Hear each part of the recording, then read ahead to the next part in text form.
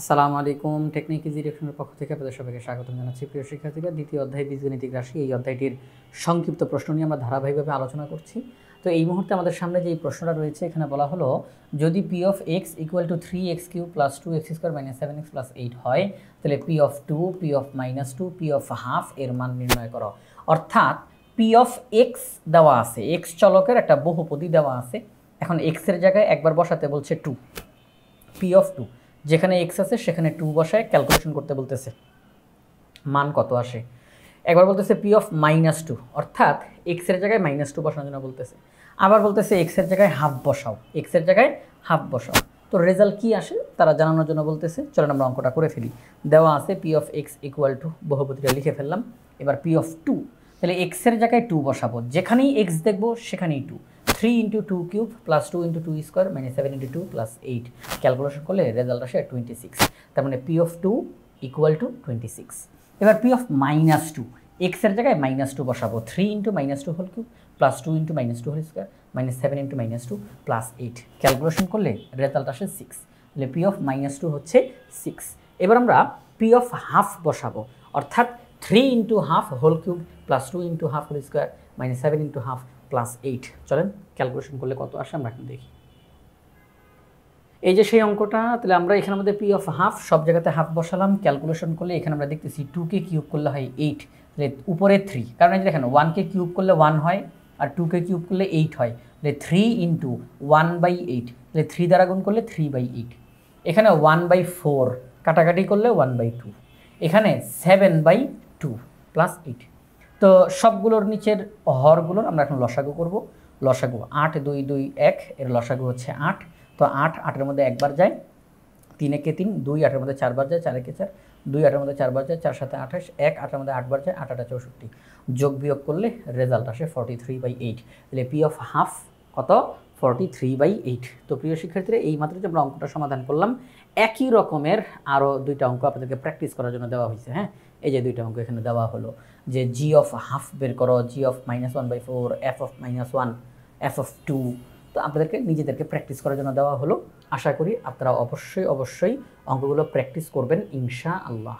পরবর্তী প্রশ্ন, F of X Y Z, X comma Y comma Z, অর্থাৎ এখানে 3টা চলকের একটা বহুপদী দেওয়া আছে। 3টা চলকের একটা বহুপদী এখানে দিল, এক্স ওয়াই জেড।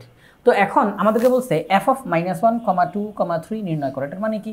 এক্সের জায়গায় -1 বসানোর জন্য বলা হচ্ছে, ওয়াইয়ের জায়গায় 2 বসানোর জন্য বলা হচ্ছে, জেটের জায়গায় 3 বসানোর জন্য বলা হচ্ছে। একটা সিরিয়াল মেনটেন করবো আমরা, সিরিয়াল মেনটেন। এখানে প্রথমে আছে এক্স, প্রথমে -1, ও তার মানে এক্সের মান -1, ওয়াইয়ের মান 2, জেটের মান 3। এখানে যেখানে এক্স দেখবো সেখানে -1 বসবে, যেখানে ওয়াই দেখবো সেখানে 2 বসবে, যেখানে জেড দেখবো সেখানে 3 বসবে। তো ঠিক যেই কথা সেই কাজ আমরা বসালাম। এবার আমরা ক্যালকুলেশন করব। ক্যালকুলেশন করলে আমরা দেখতে পাই 13 আসে। তাহলে এফ অফ -1, 2, 3 এর রেজাল্ট হচ্ছে 13। একই রকমের অঙ্ক আপনাদেরকে প্র্যাকটিস করার জন্য দেওয়া হলো।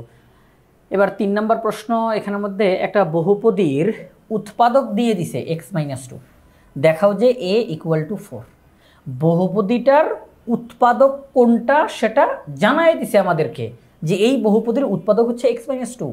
এখন দেখাও যে a = 4। এই যে a, এই a এর মান হচ্ছে 4, এটা আমাদেরকে অঙ্ক করে দেখাইতে হবে। প্রিয় শিক্ষার্থীরা, যখন উৎপাদক দেওয়া থাকে, উৎপাদক দেওয়া মানেই সেখান থেকে চলকের মান নিয়ে বহুপদীতে বসালে বহুপদীর ফলাফল 0 হবে।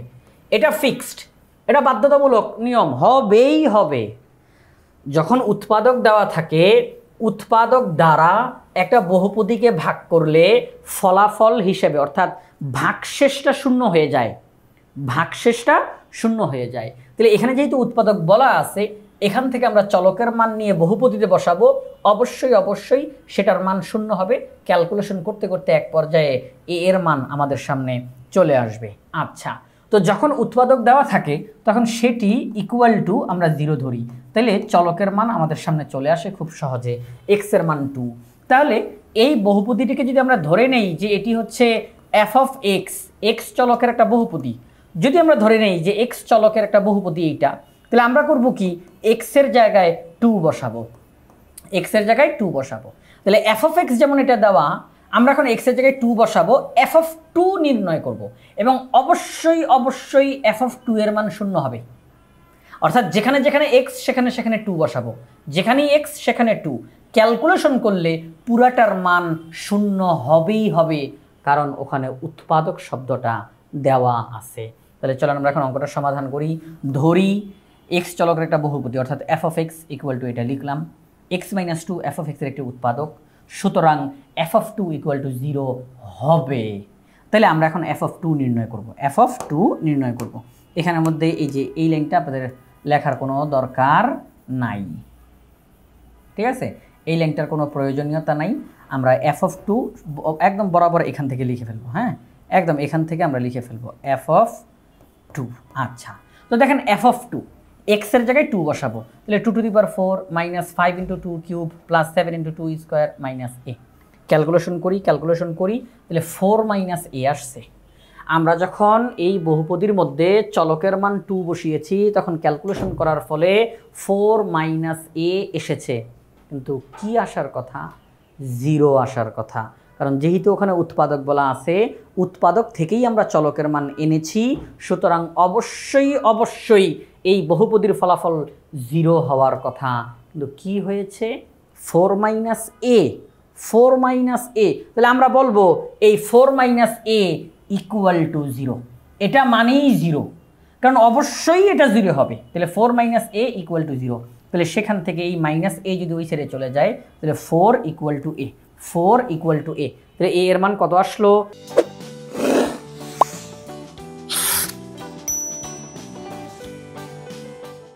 4। এ এর মান কত আসলো? 4।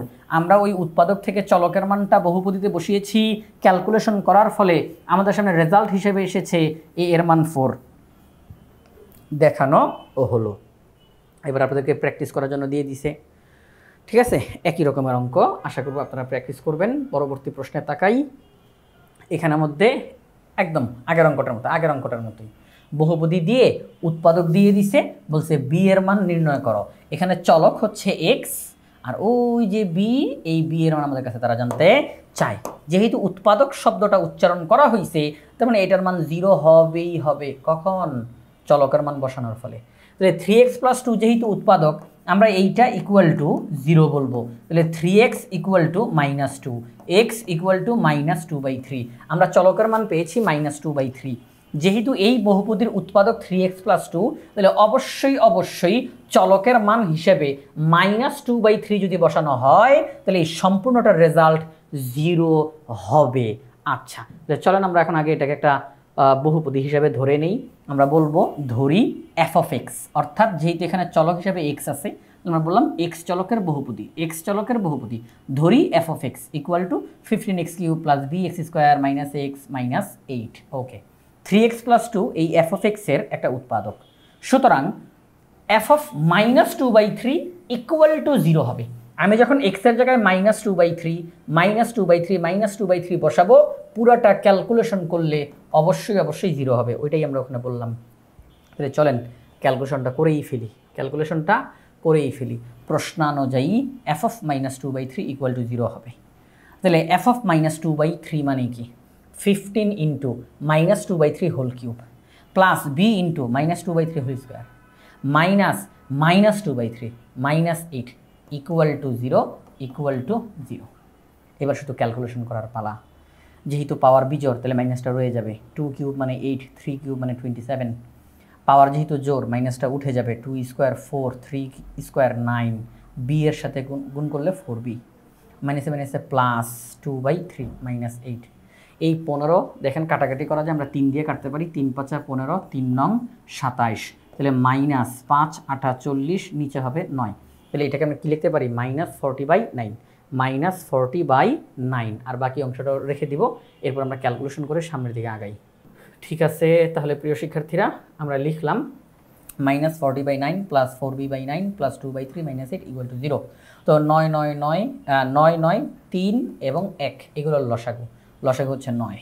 9 একবার যায়, তাহলে মাইনাস 40, 9 একবার যায়, তাহলে প্লাস 4b, 3 3বার যায়, 3 দুগুণে 6, 1 9 বার যায়, 8 9 72। যোগ বিয়োগ করলে আর আড়াআড়ি গুণ করতে পারি, হ্যাঁ, আড়াআড়ি গুণ করতে পারি। তো তো 0-র সাথে যদি আমরা 9 গুণ করি তাহলে 0ই হবে, আর 1 দ্বারা গুণ করলে এটা যা আছে তাই। আচ্ছা ওকে, এখানে আমাদের কিন্তু যোগ বিয়োগ করা হয়েছে প্রিয় শিক্ষার্থীরা, এখানে কিন্তু যোগ বিয়োগ করা হয়েছে। 72 আর 40 কত হয় 112, সেখান থেকে 6 বাদ দিলে হয় 106, আর মাইনাস চিহ্ন বসবে কারণ এই যে বড়দের সামনে মাইনাস চিহ্ন রয়েছে, তাহলে -106। এই -106 ওই সাইডে গিয়ে প্লাস হয়ে গেল, 4 এখানে গুণ, ওই সাইডে গিয়ে ভাগ হবে, কাটাকাটি করা যায়, 2 দুগুণে 4, 53 দুগুণে 106, তাহলে বি এর মান 53/2। বি এর মান কত আসলো 53/2 আসলো। হ্যাঁ আচ্ছা, এবার প্র্যাকটিস করার জন্য আমাদেরকে আরও প্রশ্ন দেওয়া হয়েছে, প্র্যাকটিস করবেন ইনশাআল্লাহ। এবার এর পরবর্তী প্রশ্নে যাই। এখানে যেই প্রশ্নটা এখানে বলা হলো f(x) = x³ + 7x² + 8x - 12, দেখাও যে f(x) এর একটি উৎপাদক হচ্ছে x + 3। আমাদেরকে এখানে x চলকের একটা বহুপদী দেওয়া হয়েছে, দেখাও যে f(x) এর একটি উৎপাদক হলো x + 3। আচ্ছা, তো প্রিয় শিক্ষার্থীরা, যেহেতু এখানের মধ্যে আমাদেরকে বলে দিছে যে এটা উৎপাদক হবে, তাহলে সেই ক্ষেত্রে এটা যদি উৎপাদক হয়ই, তাহলে এখান থেকে আমরা চলকের মান নিয়ে এই বহুপদীতে বসাবো, তাহলে 0 হবে। কথাটা একটু বোঝার চেষ্টা করি। আমাদেরকে বলছে দেখাও যে এই বহুপদীটার উৎপাদক হলো এইটা, আমাদেরকে প্রমাণ করে দেখাইতে হবে যে হ্যাঁ আসলেই এটা উৎপাদক। এখন কথা হচ্ছে যেটা উৎপাদক হয় সেখান থেকে চলকের মান নিয়ে বহুপদীতে বসানো হলে বহুপদীর ফলাফল 0 হয়। যেটা উৎপাদক হয় সেখান থেকে চলকের মান নিয়ে বহুপদীতে বসানো হলে বহুপদীর ফলাফল 0 হয়। এখন আমরা যদি দেখি এখান থেকে চলকের মান নিয়ে বহুপদীতে বসানোর ফলে বহুপদীর ফলাফল 0 হয়েছে, আমরা বলবো এটা উৎপাদক। কারণ এটা যদি উৎপাদক না হয় তাহলে এখান থেকে চলকের মান নিয়ে বহুপদীতে বসানো হলেও 0 হবে না, আর যদি 0 হয়েই যায় তাহলে এটা অবশ্যই উৎপাদক। তাহলে আমরা সেই কথাটাই এখানে আমাদের বলবো। দেওয়া আছে f(x) = x³ + 7x² + 8x - 12।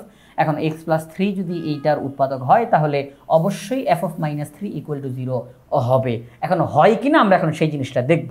আমরা এখন f(-3) এখানে বসাবো, তাহলে x এর জায়গায় -3, যেখানে যেখানে x সেখানে সেখানে আমরা -3 বসাবো। ক্যালকুলেশন করলে 0 হয়ে গিয়েছে। যেহেতু 0 হয়ে গিয়েছে তাহলে x + 3 এটার উৎপাদক হইতে আর কোনো বাধা নাই। বুঝা গেল x + 3 এই বহুপদীটার উৎপাদক। ঠিক আছে, আমরা পাশে লিখে দিব। যেহেতু এখানে তারা বলছে দেখাও, তাহলে আমরা অ্যান্সার শব্দটা লিখব না, আমরা লিখব দেখানো হলো। তাহলে আমাদের এই প্রশ্নটার সমাধান করা শেষ প্রিয় শিক্ষার্থীরা। তো আমাদেরকে প্র্যাকটিস করার জন্য এখানে আরও প্রশ্ন দেওয়া হয়েছে, অবশ্যই আপনারা ইনশাআল্লাহ প্র্যাকটিস করবেন। তো আমরা এই প্রশ্নগুলোর সমাধান যে করলাম এগুলো বাংলাদেশের সর্বপ্রথম পূর্ণাঙ্গ ডিজিটাল সহায়ক বই ইজি হায়ার ম্যাথ বই থেকে আমরা সমাধান করেছি। ইজি হায়ার ম্যাথ বইয়ে প্রত্যেকটা টপিক্সের সমাধান করে দিয়ে সেগুলোর ভিডিও ধারণ করে QR কোড দেওয়া থাকবে। শিক্ষার্থীরা প্র্যাকটিস করতে গিয়ে যে কোনো সময় যে কোনো টপিক্সের তারা যদি ভিডিও দেখতে চায়, পাশে থাকা QR কোড স্ক্যান করার সাথে সাথে ওই নির্দিষ্ট টপিক্সের সমাধানের ভিডিও তাদের সামনে চলে আসবে। এটা দেখে তারা তাদের কনফিউশনগুলো দূর করতে পারবে, সহজে শিখতে পারবে। আশা করব আপনারা সবাই ইজি হায়ার ম্যাথ বইটি সংগ্রহ করে ফেলবেন ইনশাআল্লাহ।